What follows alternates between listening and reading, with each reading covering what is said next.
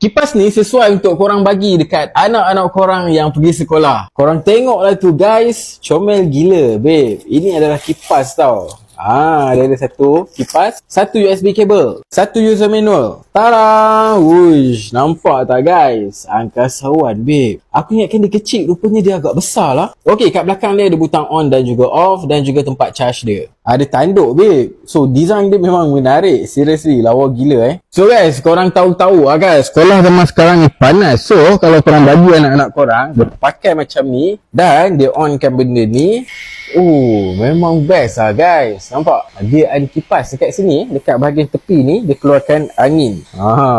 Dia punya angin dia menghadap sebelah atas guys. So kalau kita biarkan dia macam ni, angin akan kena dekat tengkuk kita dan muka kita. So memang nice guys kalau waktu tengah-tengah hari. Bayangkanlah anak-anak korang tu keluar sekolah, tengah tunggu korang, diorang boleh buka benda ni. Tak adalah panas sangat. Dan dia pun ada dua tahap guys, yang slow dan juga yang kuat. So lepas anak-anak korang balik sekolah daripada tunggu korang tengah panas tu, tak adalah diorang jadi lemah badan kan. Diorang balik, diorang masih lagi boleh ceria. So guys, berminat dengan kipas ni, check out dekat beg kuning di bawah.